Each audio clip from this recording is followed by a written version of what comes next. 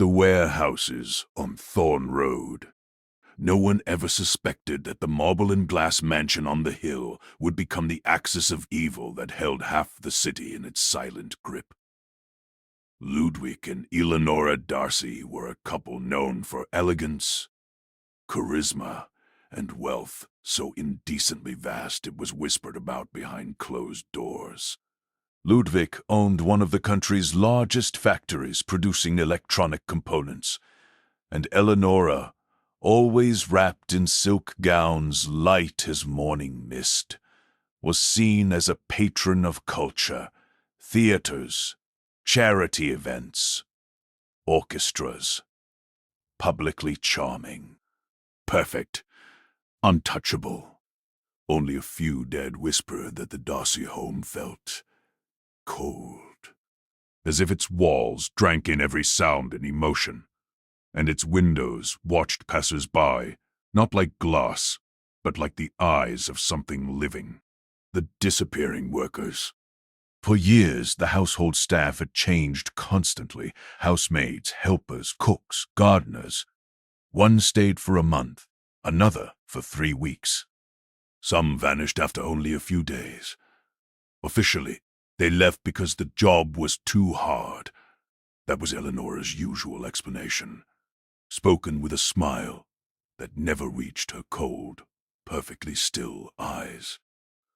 Families reported the disappearances. The police wrote them down. Then the cases faded, snuffed out like candle flames. Because who would dare investigate people so powerful, so deeply connected? Soon, nobody asked questions anymore. Until Mara Shesek arrived, a young woman with sharp eyes and a desperate need for work, but with something none of the previous workers had possessed. Distrust and instinct. First suspicions. From her first day, she noticed her duties were as much about labor as surveillance. Every step in the mansion was controlled. Every room had restrictions. Door signs read, "Do not enter. Restricted. Technical room. Owners only." At night, muffled noises drifted up from the basement. A mechanical hum, metal scraping, something that sounded uncomfortably like scratching. On other nights, something closer to a moan. The next morning, one of the maids was gone. No farewell. No belongings taken. No trace at all. Eleonora simply remarked. She left during the night. She was unstable. The smile that accompanied those words sent a sharp chill down Mara's spine. The underground corridors began to watch. Eleonora left late at night with the same driver every time, a driver who manned a large black unmarked truck.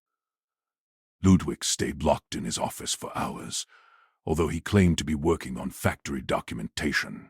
The room was heavy with the chemical scent of synthetics, glue, and iron. But the most disturbing were the conversations Mara overheard. "The next batch is ready," Ludwig murmured.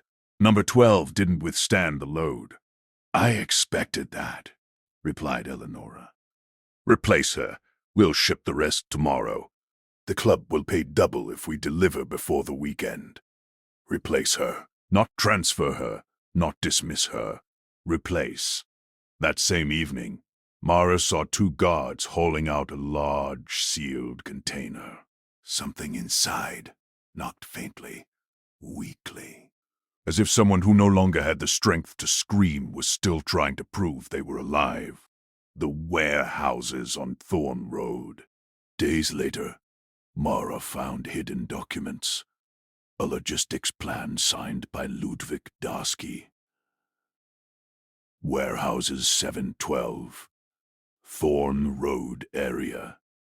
Deliveries every 2 days. Beside it, lists of names. Annotations: sent, rejected, exhausted, usable. The surnames matched the missing persons reports. That night, Mara made the decision that would change her life. and the lives of every woman who had disappeared before her. She would find out what was really happening in those warehouses. The night the lights went out, 2 days later, under the cover of rain, she followed the truck. It drove to the outskirts, where abandoned industrial buildings loomed like tombs. Dark, cold, silent. The area was fenced, guarded by private security, cameras, floodlights, drones. The truck stopped at warehouse number 9. Guards opened the gate. The driver unloaded the containers. The last one was different. Reinforced, metal, with a thick ventilation grate. Mara heard it again. A whisper. "Help, please," a woman's voice.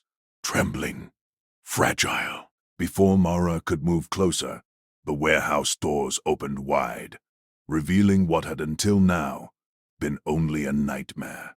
A hell organized like a factory.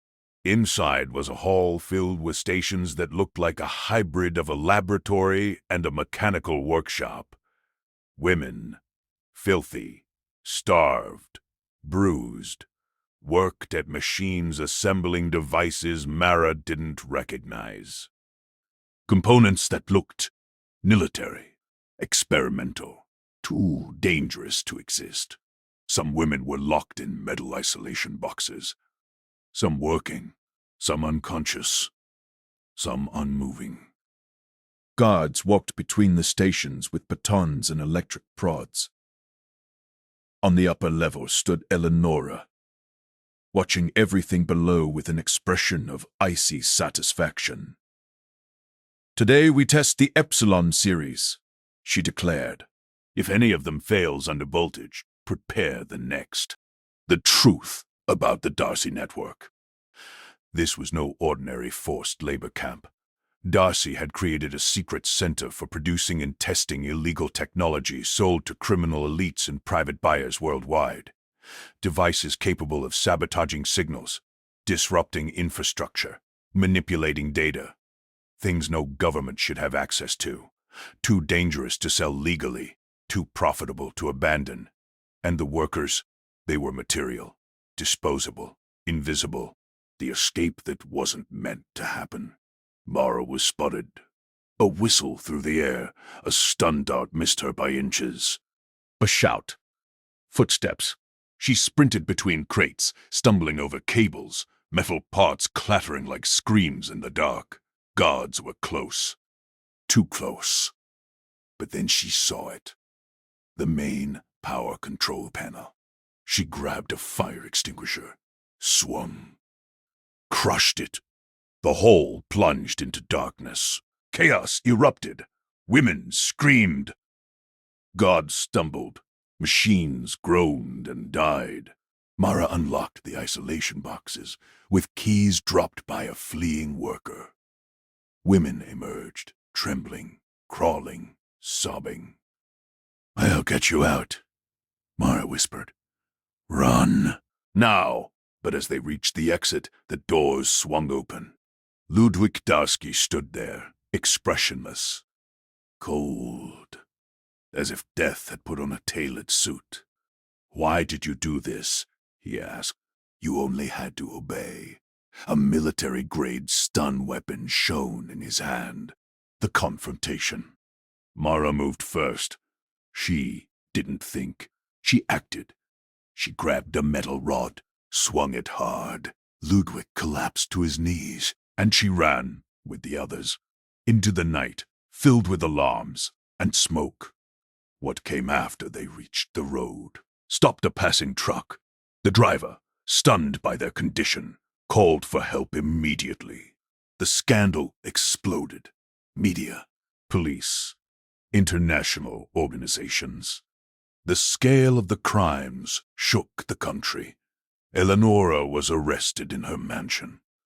Ludwig taken into custody under military escort. The warehouses demolished days later.